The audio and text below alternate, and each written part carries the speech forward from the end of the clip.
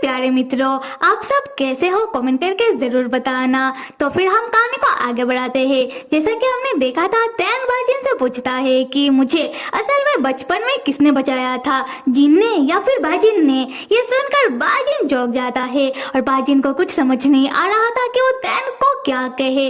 बाजिन तब हिचकिचाने लगता है। उसके बाद बाजिन जब तैन को कुछ बताने लगता है, उससे पहले ही तैन बाजिन से दूसरा सवाल पूछने लगता है। तैन पूछता है कि मुझे तो पहले लगा था कि जीन बाजिन का डबल पर्सनैलिटी है, और अब मुझे पता चला है कि जीन सिर्फ बाजिन का डबल पर्सनैलिटी नहीं है, साथ में बाजिन के अंदर राक्षसी ऑरा है। तो फिर बाजिन के अंदर राक्षसी ऑरा आया कैसे, और क्या है जीन और बाजिन का रिश्ता, मुझे शुरू से जानना है। बाजिन तब तैन को शुरू से बताने लगता है। बाजिन कहता है कि बाजिन बचपन से ही टैलेंटेड था।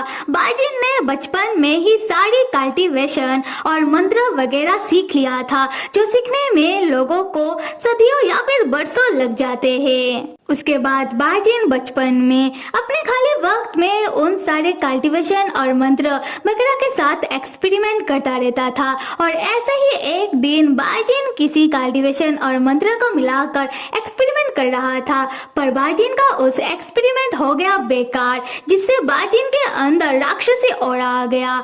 तब पहली बार उस राक्षसी ऑरे के कारण जीन बाजिन के अंदर जाग गया। पर पहले बाजिन को इस बात से कोई दिक्कत नहीं था। बाजिन को पता था कि जीन बाजिन के अंदर की राक्षसी ऑरे के कारण आया है, और पहले जीन और बाजिन दोनों एक ही थे। जीन जो भी दिन भर करता था, बाजिन को वो सारी बातें याद रहता था और पता था, और बाजिन जो भी दिन भर करता था, जीन को वो सारी बातें याद रहता था और पता था। पर धीरे धीरे करके जीन बाजिन को कंट्रोल करने लगा। जीन बाजिन से कहने लगा कि तुम्हारा ये शरीर मेरा है, और तब बाजिन को भी समझ आने लगा कि जिनका जो नेचर है वो थोड़ा वायलेंट है, थोड़ा गुस्सेल है, और जिनको बुराई में इंटरेस्ट है। पर बाजिन को इस बात से कोई फर्क नहीं पड़ता था, क्योंकि पहले बाजिन को किसी भी बात से कोई फर्क नहीं पड़ता था। खैर, एक दिन जीन बाजिन के परिवार के सेक्ट के स्टूडेंट को मार्शल आर्ट सिखा रहा था। तब जीन को किसी बात से गुस्सा आ जाता है और वो स्टूडेंट को पकड़ के पीट डालता है, और ऐसा पीटता है जिससे उन सारे स्टूडेंट की हड्डियों का चूरमा बन जाता है। तब सेक्ट के बाकी स्टूडेंट ये देखकर कहने लगते हैं कि बाजिन को अपनी शक्तियों के ऊपर कितना घमंड है। वो जानबूझकर ऐसे मार पिटाई करके अपनी शक्तियों का शो ऑफ कर रहा है। ये बात जिन सुन लेता है और जिन को और गुस्सा आने लगता है। जिन तब उन स्टूडेंट को भी मारने के लिए आगे बढ़ने लगता है। तब बाजिन के माताजी और पिताजी इन सारी चीजों को देख लेते हैं और दौड़कर आकर बाजिन को रोक लेते हैं। उसके बाद बाजिन के माताजी और पिताजी बाजिन को खींचते हुए घर के अंदर ले जाते हैं। फिर बाजिन की माताजी पूछने लगती है कि बाजिन बेटा, तुम बाहर उन स्टूडेंट को इतनी बुरी तरीके से क्यों मार रहे थे। तब जीन अकड़ के साथ कहने लगता है कि मैं तो बस उन स्टूडेंट को ट्रेनिंग दे रहा था, उन्हें तो मेरा शुक्रगुजार होना चाहिए था, पर वो लोग मेरी बात नहीं मान रहे थे, तो मैं क्या करता। ये सुनकर बाजिन के पिताजी जीन को एक जोरदार चमाट दे मारते हैं और कहने लगते हैं कि उन्होंने ऐसा क्या गुनाह किया था जिससे उनके घर ऐसा गुंडा जैसा बेटा पैदा हुआ। तब चमाट खाने के बाद जीन गुस्से में और आग बबूला हो जाता है और बाजिन के माताजी और पिताजी से कहने लगता है कि अगर उन दोनों को अपने बेटे से इतना ही दिक्कत हो रहा है, तो फिर उनके बेटे को भी उनकी तरह माता और पिता बिल्कुल नहीं चाहिए, जो अपने बच्चे को ना समझे। और अब से वो जा रहा है न्याय के कल्टीवेटर का दुनिया छोड़कर राक्षसों की दुनिया में डिमॉन किंग बनने के लिए। और जैसे ही वो डिमॉन किंग बन जाएगा, वो वापस आने के बाद सारी की सारी न्याय के कल्टीवेटर और साथ में अपने परिवार वालों के सेक्ट को मिटा देगा। फिर जीन गुस्सा करते हुए बचपन में अपने घर को छोड़कर भाग जाता है। पीछे से बाजिन के माताजी जीन को रोकने की कोशिश करती है, पर बाजिन की पिताजी अपने पत्नी को रोकते हुए कहने लगते हैं कि भाग्यवान, रुक जाओ, जाने दो इस नालायक को। इसे क्या लगता है कि डिमॉन किंग बनना इतना आसान बात है। अब हम तैन की ओर आते हैं, जो बाजिन और जीन के बचपन के बारे में सुनकर हंसते हुए बाजिन से कह रहा था कि तो फिर तुम इसीलिए डिमॉन किंग बनना चाहते थे और इस तरीके से तुम घर से भाग गए थे। बाजिन कहता है कि हाँ शायद। फिर तैन बाजिन से पूछने लगता है कि बचपन में जब तैन जिन से मिला था तब जिन के माथे में तो ये ब्लू निशान नहीं था, पर अब क्यों जब भी जिन जागता है उसके माथे में ये ब्लू निशान आ जाता है। बाजिन तैन को बताता है कि जब बाजिन की स्पिरिट रूट और सोल का टुकड़ा चला गया तब बाजिन बहुत ही कमजोर पड़ गया था। बाजिन तब जैसे तैसे करके अपने घर आता है, पर बाजिन को खुद भी नहीं पता कि वो अपने घर कैसे आता है, क्योंकि तब बाजिन अपने होश में नहीं था और राक्षसी औरा तब बेकाबू हो गया था, जिससे जिन पूरी तरीके से बाजिन में जाग गया था। पर जिन भी तब राक्षसी औरे को काबू नहीं कर पा रहा था और जिन खुद पागल हुए जा रहा था। ये देखकर बाजिन के पिताजी और माताजी को समझ आता है कि क्यों बाजिन इतने दिनों से अजीब बिहेव कर रहा था, क्यों बाजिन गुंडा बने फिर रहा था। खैर तब बाजिन के माताजी और पिताजी बाजिन को ठीक करने के लिए बहुत तरीके की इलाज को आजमाने लगते हैं, पर बाजिन किसी से भी ठीक नहीं हो रहा था। फिर बहुत कोशिशों के बाद बाजिन के पिताजी और माताजी राक्षसी औरे के साथ जिन को बाजिन के अंदर कैद कर देते हैं। उसके बाद जिन बहुत सालों तक बाजिन के अंदर सोया रहा। फिर बाजिन जब नॉर्मल होता है, बाजिन ने अपना याददाश्त खो दिया था।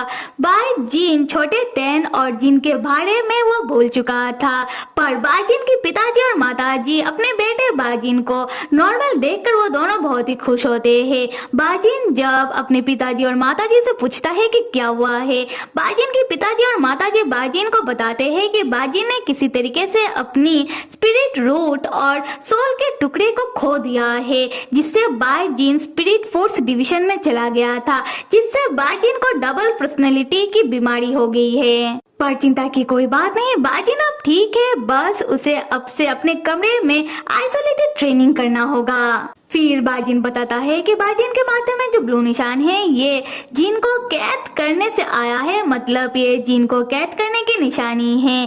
खैर बाजिन कहता है कि बात सिर्फ यही खत्म नहीं होती, जिन तब कभी कभार जाग जाया करता था और उधम मचाया करता था, पर बाजिन को कुछ भी याद नहीं रहता था इस ब्लू निशान के कारण। और फिर जब तैन एक दिन पहली बार बाजिन के घर आता है और जिन तैन के साथ जो भी करता है उसके बाद जिन शांत हो गया था। फिर जिन बाजिन में नहीं जागा करता था। तब सारी बातों को समझने के बाद तैन बाजिन से कहता है कि इसका मतलब पहले जिन और बाजिन की यादें आपस में जुड़ी हुई थी। बाजिन कहता है कि हाँ। फिर बाजिन तैन को एक और बात बताता है कि अभी फिर से जिन और बाजिन की यादें आपस में जुड़ चुकी है, पर तैन को इस बात से कोई फर्क नहीं पड़ता। तैन को तो बस बाजिन का चिंता हो रहा था। तैन बाजिन से पूछता है कि तैन ने सुना था कि अगर कोई अपना छोटा सा भी स्पिरिट रूट और सोल के टुकड़े को किसी को दे देता है तब उस बंदे का सारी इच्छाएं चला जाता है, उस बंदे का डिजायर कम हो जाता है। क्या इसके अलावा इस चीज का और दूसरा कोई साइड इफेक्ट तो नहीं है? तब बाजिन थोड़ा हिचकिचाने लगता है। उसके बाद बाजिन तैन को कहता है कि तैन तुम फिक्र मत करो, मैं बिल्कुल ठीक हूँ। ये सुनकर तैन कहता है कि भगवान का शुक्र है कि बाजिन तुम ठीक हो। उसके बाद तैन दोबारा बाजिन से पूछने लगता है कि बाजिन तुमने तो अभी तक नहीं बताया कि बचपन में मुझे किसने बचाया, जिन ने या फिर बाजिन ने?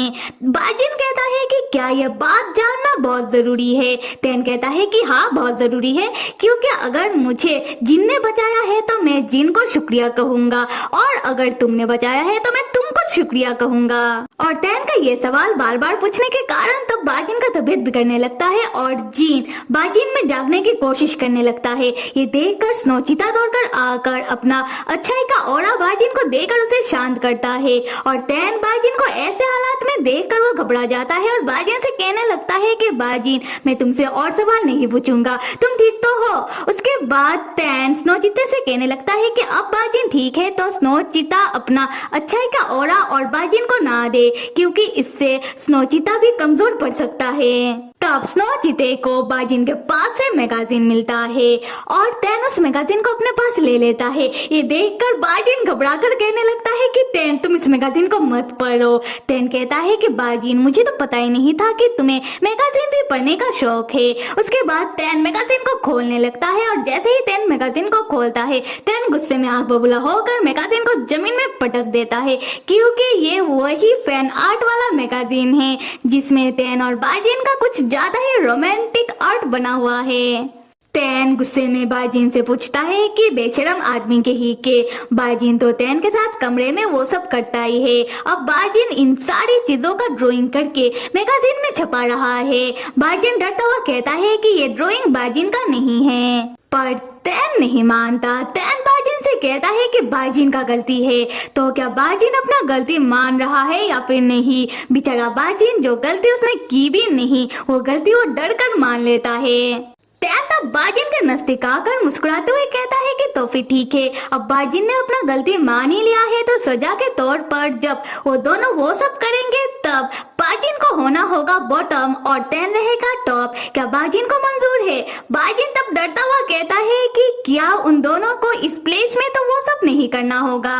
तेन कुछ कहे तब हम स्नोचीते को देखते हैं जो एक दिशा की ओर देखकर जोर से गुर्राने लगता है। तेन और बाजिन स्नोचीता का गुर्राहट सुनकर वो दोनों भी उस तरफ देखते हैं, जो देखकर तेन सोचने लगता है कि क्यों रोमांस के टाइम पर ये कौन सा कबाब में हड्डी आ गया। तो फिर मेरे प्यारे मित्रों, अगर मेरा एक्सप्लेनेशन पसंद आ रहा है तो लाइक, सब्सक्राइब और कमेंट करना तो बिल्कुल भी मत भूलिएगा। Till then stay with me and see you.